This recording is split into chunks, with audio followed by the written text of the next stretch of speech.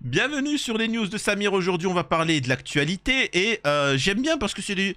Alors, c'est des actualités dramatiques qu'il faut dénoncer, mais qui sont beaucoup plus drôles que ce que j'ai pu traiter dernièrement. Voilà, ça, c'est dramatique. Donc, on va parler des squatteurs.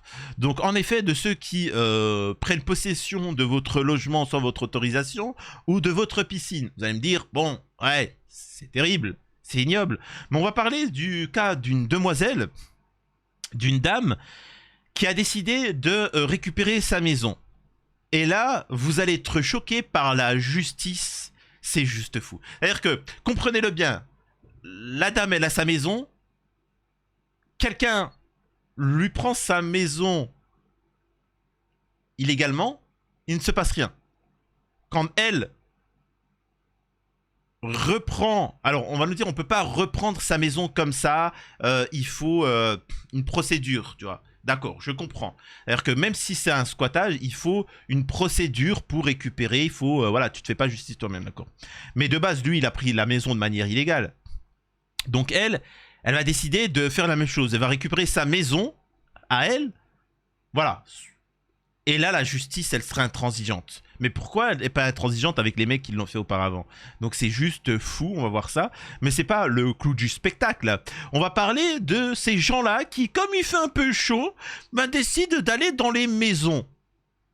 Dans les maisons qui ont des piscines. Et se baigner. C'est-à-dire que toi, tu te lèves le matin, tu vois ta piscine, tu vois des mecs en train de se baigner dans ta piscine. Et si tu oses opposer une résistance, il te déglingue la gueule. Donc, c'est juste phénoménal. C'est-à-dire que le mec, il peut rentrer, prendre dans ton frigo, etc., se servir. Donc, on va parler de ça.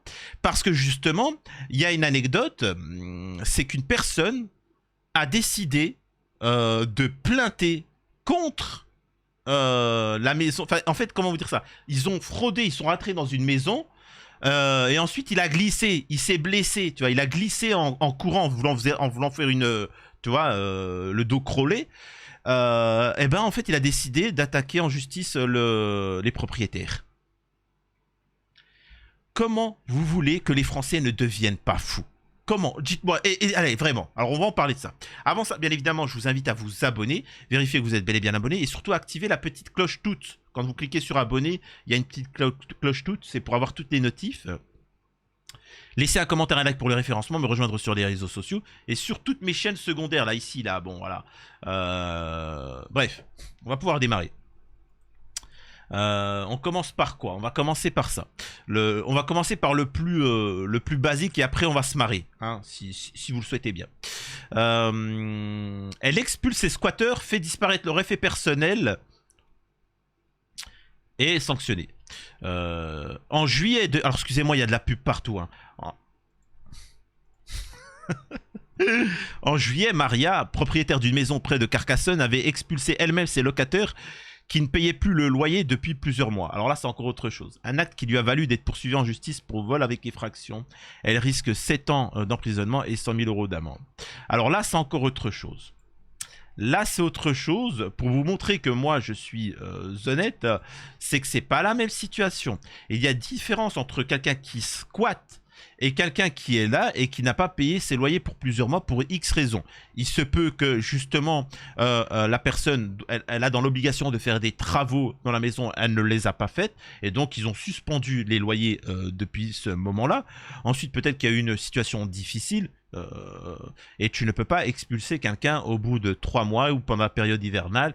Quelqu'un, ça c'est faut bien comprendre. Et en plus, donc voilà. Donc là, pour vous montrer que je suis honnête.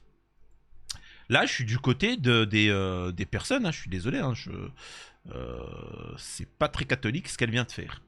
Attendez, hop, on va mettre ça, on va cadrer, voilà. La propriétaire d'une maison de Carcassonne qui s'était permis d'expulser elle-même ses habitants du logement qu'elle louait alors qu'ils ne payaient plus depuis plusieurs mois. J'ai tout mis sur le trottoir, les gens sont venus se servir, les bruits d'un vide-grenier s'est vite répandu jusqu'au quartier voisin. Quand on voiture, elles sont chez des épavistes dont la police a les numéros, décrivait-elle alors. Profitant, alors en fait, elle a profité que les gens partaient en vacances, elle a pris tout leur matériel, elle a fait un vide-grenier, je débarrasse tout, je vends tout et je récupère. Et ça, c'est pour vous dire que il y a des extrêmes. Il faut pas non plus, il faut tomber sur les squatteurs, bien évidemment, mais derrière, tu ne peux pas tomber sur les locataires parce qu'il y a aussi des propriétaires malsains. Moi qui étais commerçant, vous savez, par exemple, je vais vous donner une anecdote. Vous n'avez peut-être jamais pensé.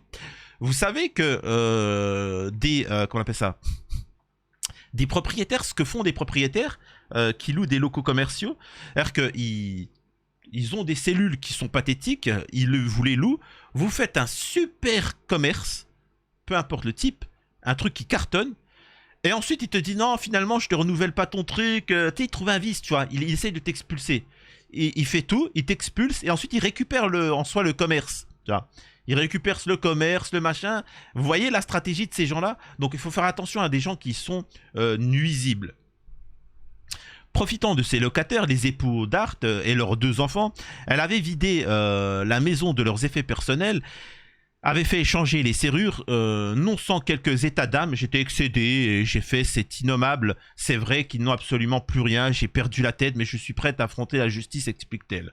Et la justice, elle devra effectivement l'affronter. Quand ils sont rentrés de congé, ils ont appelé la police.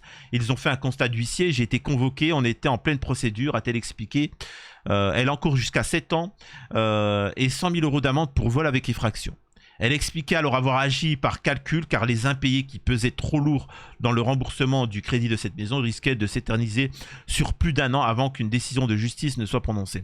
Un choix qui pourrait s'avérer perdant si la justice estime, comme le défend l'avocat des plaignants, maître Dounia Amchouch, qu'il s'agit d'une justice privée qui n'a pas sa place en France. Alors là, je peux vous dire tout de suite, hein, elle va déguster. Hein. Ah, elle va déguster, mais sévère. Bref, donc voilà. Bon, alors c'est pas le but de la vidéo. Le but de la vidéo, c'était de tomber sur les squatteurs. Mais bon, donc on va... Voilà, j'ai traité le sujet. Maintenant, ce qui est important de comprendre, c'est ça. Toulouse a gravement vilipendé après avoir squatté la piscine de ses voisins. Il plainte contre les propriétaires. C'est-à-dire que le mec, tu vois... Il est en face, il se dit, tain, mes voisins, ils ont une de ces piscines. Oh, mamma mia. Moi, je vais la démarrer, cette piscine. Ensuite, il se dit, tain, vas-y, pourquoi il commence à se victimiser, tu vois. Donc, il commence à se trouver des vices, l'envie augmente, il fait chaud. Et après, il se dit, c'est quoi, Nick Sarah, j'y vais. Et donc, il a pris le grillage, il a sauté, il est venu, il s'est fait plaisir, il a barboté. Le mec, il... Ah, le culot, quoi. Le culot. Un jeune homme s'est introduit en 2022 dans une résidence pour profiter de sa piscine, sans autorisation. Mais il a chuté et est devenu tétraplégique. Aujourd'hui, il porte plainte pour négligence. Une intrusion qui tourne mal. Un homme a décidé de plainter contre les copropriétaires d'une résidence équipée d'une piscine qu'il avait occupée illégalement. Le jeune homme s'était gravement blessé sur les lieux. Alors, c'est... Comment vous dire ça? Enfin, moi, on appelle ça la justice, tu vois. On appelle ça la justice divine. Tu vois, t'as volé, t'as abusé, et ben t'as une sanction. Enfin... Ça me fait rire parce qu'en fait, je m'imagine des trucs. Je m'imagine... Tu sais que t'as une maladie X ou Y, hein, mesdames, vous avez... Je sais pas, je dis une bêtise, n'allez pas me... Vous avez une maladie X ou Y qui est transmissible par rapport, quoi, hein, on va dire ça comme ça. Vous êtes en train de vous faire soigner. Je sais pas, je m'y connais pas dans ce genre de truc, tu vois. Mais vous êtes en train de prendre des machins, vous avez un traitement pour 1 mois. Tu vois. Et t'as un homme qui vient. Alors, excusez-moi de dire ça, parce que c'est souvent le cas. Et ça, je pense que les Parisiennes et les Bruxelloises, et pour bien vous montrer que ce n'est pas... assistent, souvent c'est des maghrébines. Les maghrébines de parisiennes et bruxelloises, vous pouvez nous expliquer ce que les migrants illégaux font, hein, tu vois. Eh oh, eh oh. Donc il vient y prendre et il va décider de la violer. Hein. Donc vous avez compris, il décide de jouir de son corps sans son autorisation. Donc il fait, bon, là, il la vilipende, alors est-ce qu'elle a envie ou pas, c'est encore autre chose. Et ensuite, le mec décide de revenir plainter contre la personne parce qu'il aurait chopé une MST, quoi. Ah, moi, excusez-moi, j'ai abusé d'elle, certes, mais je savais pas qu'elle avait un problème, quoi. Et puis, regardez, maintenant, je suis obligé de prendre un traitement. Donc, attendez, le traitement, il coûte cher. Et et t'as la personne, t'as la victime, c'est lui qui a abusé de moi, attrapez-le. T'as la police, allez madame, les menottes. Mais vous faites quoi? C'est incroyable. Vous comprenez pourquoi en Occident, les mecs ils sont complètement perdus. C'est... Bref. En 2022, un jeune homme de 18 ans s'introduit avec des amis dans une résidence toulousaine pour profiter de la piscine en l'absence des propriétaires. Mais la baignade tourne court. Alors qu'il tente un plongeon, le jeune homme se rate, chute et se brise les vertèbres. Les conséquences sont très lourdes puisqu'il devient tétraplégique. Vous savez que... Alors moi j'ai fait tous les sports possibles, hein, vraiment, handball, foot, bref. Bref. Et gymnastique, j'ai jamais voulu faire de la gymnastique, même à l'école, tout ça, parce que je me rappelle, il fallait faire des saltos, etc. Et j'avais fait un truc comme ça, j'avais voulu faire le fou, un sort de salto. Je suis retombé sur la tête, et je me rappellerai toujours, vraiment, hein, mais vraiment la tête la première, tu vois. Et forcément, ça a craqué. J'ai entendu un cr... Et j'étais sonné, tu vois. Et je bougeais plus. Bon, après, j'ai vu que j'étais pas, j'étais encore de ce monde, et depuis ce moment-là, plus jamais. Donc, c'est dangereux, faites très attention, hein. Les gars, vraiment, vous pouvez perdre la vie ou des choses comme ça très facilement, donc faites attention un petit peu, ne vous précipitez pas.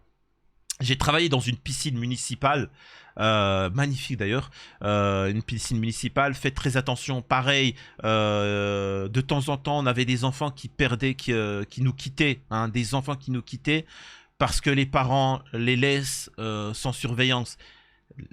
Les gars, il suffit d'une dizaine de secondes, hein, pour qu'ils nous quittent. Hein. Ils tombent dans l'eau, tu l'entends pas, tout le monde est en train de s'amuser et ils nous quittent. Donc faites attention à vos enfants. Parce que, en fait, ce que je suis en train de dire, je l'ai vécu. Parce que quand on voyait des enfants, on avait le devoir de les prendre et de le ramener chez les parents, et on se faisait vilipender. On disait, madame, excusez-moi, il faut pas laisser votre enfant. Ouais, il fait ce qu'il veut, machin. Madame, il y a eu des gens qui ont perdu, des enfants qui ont perdu la vie, là. Tu vois. Ouais, tu veux quoi? Je fais ce que je veux. Et donc, là, si ça se trouve, c'est la même chose. Là, je vais dire comme quoi que c'est des petites racailles, alors que peut-être pas du tout. Mais si ça se trouve, t'as les gens qui ont dû dire, non, mais s'il vous plaît, comment on appelle ça? C'est notre piscine. Voilà, la cité. Tu veux quoi? Vas-y, oh, tu es raciste. Donc voilà, et au final, bon... et après, ça vient pleurer. Les copropriétaires disent avoir fait leur part du marché. Alexandra, l'une des copropriétaires, assure à BFM que la résidence a pourtant fait sa part du marché en allant voir ces jeunes, en leur parlant, en leur demandant de quitter les lieux. La situation est dramatique, reconnaît-elle, à propos de l'état de santé du jeune homme. Néanmoins, ce n'est pas notre faute, juge-t-elle. Elle assure que tout est fait dans la résidence pour mettre en garde les baigneurs trop audacieux. Dès le mur d'entrée, on y retrouve notre panneau de profondeur des bassins qui nous indique de manière très claire la profondeur à 1 mètre, ainsi que celle à 2,20 m pour le fond de la piscine, indique-t-elle. Des obligations même en cas d'occupation illégale. Cet accident interroge de façon plus large sur les devoirs des propriétaires envers les personnes qui squattent leur domicile. Avocat au barreau de Paris, spécialiste en droit immobilier, maître Fabien Gaillard indique à BFM que lorsqu'un dommage survient sur leur propriété, en l'espèce une piscine, les propriétaires doivent répondre du dommage qui a été causé par les personnes qui se blessent. Même si ce dommage est survenu alors que la personne était illégalement dans les lieux, comme le prévoit l'article 1244. Face à la justice, charge désormais aux copropriétaires de démontrer que le logement était en bon état avant le squat ou qu'il a été empêché par le squatteur de remplir son obligation d'entretien. Voilà. C'est juste phénoménal. Et quand vous avez ça, regardez, alors je vais vous mettre le son. C'est pour vous dire à quel point cette société en France est complètement malade et qu'il ne faut pas en vouloir aux Occidentaux quand ils sont tombés sur Iman Khelif. Vous avez vu cette boxeuse algérienne? Eux, il faut comprendre qu'ils vivent dans une société où un homme peut devenir une femme homme, machin, etc. Ils vont à la préfecture, ils changent tout ça. Ils sont perdus, ils n'ont plus de société, ils n'ont plus de culture, ils sont complètement déglingués de toutes parts. Donc forcément, dès qu'ils peuvent se lâcher, ils se lâchent. Ils ont cru que l'Algérie, c'était la même chose. Faut comprendre. Ils sont perdus. Regardez cette situation. Le mec, t'as une maison, t'as une piscine, le mec il décide de squatter chez toi. Le mec il décide de squatter tes trucs. En fait, alors le mec il vient chez toi, il voit ta fille dans sa chambre, il décide de faire ce qu'il a à faire. Ta fille elle hurle, tu le vois, qu'est-ce que tu fais? Tu le courses et il se sauve en courant dans les escaliers. Sauf que toi, en fait, les escaliers, t'étais en train de... Essayer que t'étais en train de... Je sais pas comment on dit ça. T'étais en train de passer la serpillière, voilà. Et le mec, tu sais, quand t'as entendu les cris de ton enfant, donc tu y vas. Le mec, tu vois qu'il est en train de bip ta fille, et en fait, il se sauve en courant, tu vois, il t'échappe, et tu le courses. Il va dans l'escalier et il glisse. C'est toi qui vas prendre cher. Le mec, il va être en fauteuil roulant. Ouais. C'était horrible. Vive la France. Vous comprenez pourquoi des gens se radicalisent? Parce qu'en fait, quand ils se disent, on dénonce ça, et que t'as des gauchistes qui te disent, non, mais arrête, tu ne peux que te radicaliser. Bref. On écoute ce petit passage qui est intéressant. Concernant justement le squattage des piscines. Une piscine privée qui se transforme en terrain de jeu plusieurs fois par semaine, parfois même plusieurs fois par jour. Des groupes d'adolescents. Donc voilà, donc là, bien évidemment, la demoiselle qui est là, et alors, c'est pas des Maghrébins, mais si ça aurait été des Maghrébins, elle serait assiste, tu vois. Elle serait d'extrême droite, hein, si ça aurait été des migrants. Ça aurait été, tu vois, c'est-à-dire qu'on lui serait tombé sur elle. Alors que la meuf, elle se dit juste, moi, je me suis privé pendant 20 ans pour avoir cette piscine, ça m'appartient. Je n'ai pas... C'est comme parfois, je vous le répète, je promène dans la rue et t'as toujours des gens... excuse-moi, une petite pièce. Petite pièce. C'est un alcoolo, il a le RSA, tu vois. Il y a certains Africains là qui me tombent dessus. Mec, c'est pas pareil. En France, il y a les aides sociales, il y a les APL, il y a tout ça. Tout le monde a accès au logement. Peut avoir accès au logement, ils ont le RSA, bref. Non, mais les gens, non, j'ai pas. Si, j'ai, mais je te donne pas mon argent, je l'utilise pour moi, pour les gens, pour ma fille, et si j'ai envie de le donner, je le donne à des gens nécessiteux, tu vois, des gens qui ont besoin ou qui le méritent, ou par exemple, je vois des gens qui font un travail qui me plaît. Et en fait, je finance, tu vois. Il y a des chaînes comme ça, un peu de réels gens qui s'opposent au système, etc. Puis tu donnes un petit abonnement 5 par mois, histoire qui... Bref. Les adolescents s'introduisent dans la résidence. Sur ces images prises par Alexandra et ses voisins, ils repartent en plein après-midi. Ils se font la courte échelle par-dessus les portails suite au rehaussage de grillage. Et qui profitent tout simplement. C'est mignon, mais alors là vraiment, c'est pour vous dire que c'est moi. Je crois que quand j'étais petit, j'ai jamais payé la piscine. J'ai toujours fraudé. Bah tu vois, j'ai fraudé la piscine municipale. Ça appartient à la mairie, à nous, tu vois, aux citoyens. Et on n'avait pas les moyens, donc oui, on fraudait, tu vois. On fraudait, mais ça reste la piscine municipale. Mais comment tu peux faire ça dans la propriété de quelqu'un? La propriété de quelqu'un, comment tu peux t'introduire chez quelqu'un? Enfin, les gars, enfin, vous avez... Je sais pas. Moi, je vous le dis tout de suite, hein. Moi, personnellement, je sais que ça va peut-être choquer. Moi, là, la petite Alexandra, là, qui est toute gentille, là. Vous voyez, Alexandra, là. Là, si elle fait du tir au pigeon, personnellement... Moi, je dirais légitime défense. Tu vois, mais bon. De manière assez bruyante et parfois irrespectueuse du coup de cette piscine. Chaque année, même phénomène. Avec l'arrivée des fortes chaleurs, les squats dans les piscines, chez l'habitant, dans les campings. Regardez. Tu vois, en plus, ils se vantent, tu vois, intrusion, voilà, machin, etc. Se multiplient. Et les auteurs, souvent mineurs, s'en vantent sur les réseaux sociaux. On va dans un camping alors qu'on n'a pas de mobil-home dans le camping, on va se baigner là-bas. Des campings ou des piscines municipales. Bon, alors, Piscine municipale, les gars, c'est pas la même chose. C'est pas la même chose. Je suis désolé, c'est pas la même chose piscine municipale qu'une propriété privée d'un individu, etc. Il y a quand même une différence d'aller dans la piscine municipale et que tu n'as pas payé. Enfin, ça reste interdit, hein, attention. Hein. Mais il y a quand même une différence entre frauder et le cinéma pour regarder un film au cinéma que le mec qui vienne et il vient chez toi et il se met dans ton salon et il regarde le truc. Il y a quand même une différence, quand même. Je sais pas, un minimum. Chaise renversée. Ici, le chef de bassin compte une vingtaine d'intrusions depuis janvier dernier. Alors le matin, désormais, c'est inquiet qu'il se rend au bassin. On a peur que le matin, on retrouve une personne noyée dans la piscine, quoi, afin qu'il arrive un incident, quoi. On a peur de peut-être que des suites qui peuvent... Il faut toujours avoir quelqu'un qui surveille la piscine. Toujours. Et, encore une fois, ces gens-là, les premiers, quand ils vont être victimes, c'est eux qui vont attaquer le maître nageur, la piscine, etc. Ça va être les premiers, tu vois. J'ai connu ça toute ma vie. Alors là, c'est des petits blancs, hein, etc. Mais moi, j'ai connu ça dans un quartier. Les mecs, ça vend des produits stupes. Ça se fait la guerre. Ça conduit de manière machin. Et quand ça se retrouve devant le tribunal, t'as toujours la maman. Allah, Allah, Allah Akbar, vous êtes raciste, madame le juge. Madame, votre fils a fait vilipender des gens, il vend des produits illégaux, ça a été prouvé.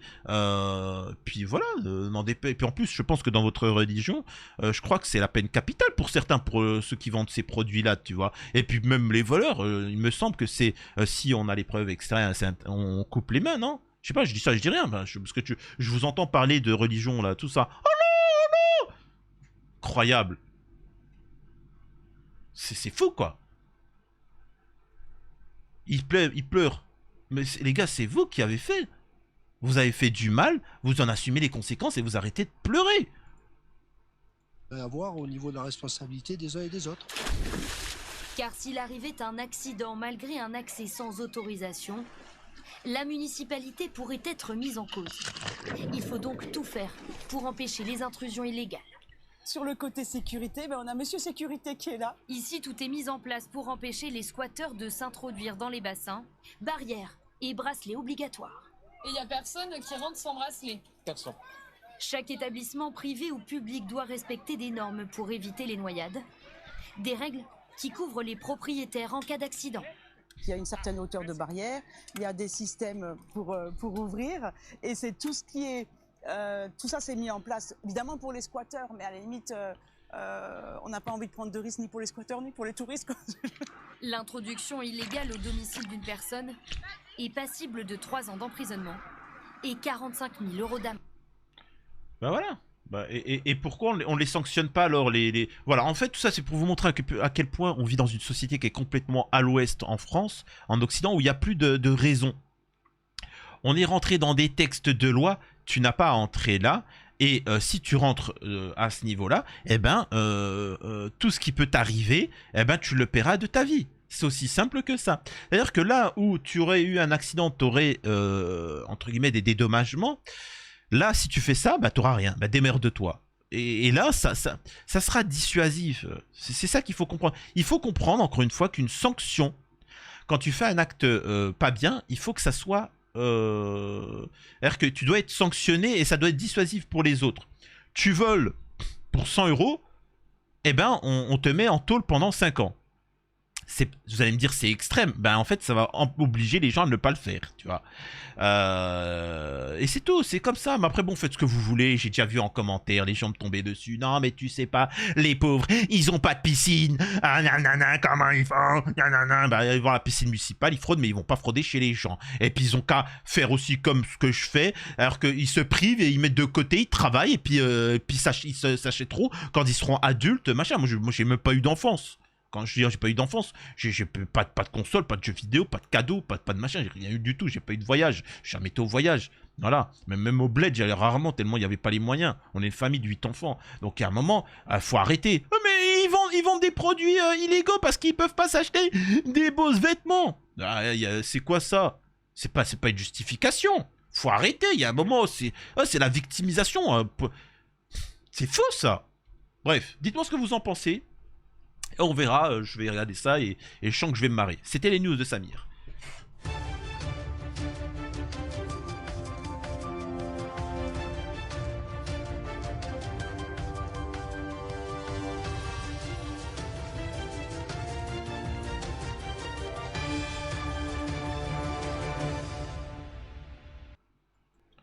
N'empêche, hein, je viens de repenser, on nous parle quand même de 3 ans, de choses comme ça, et pourtant, Morandini, il a touché les enfants, et il a du sursis, quoi. Non, je dis ça, je dis rien. C'est bizarre quand même, la France. Hein.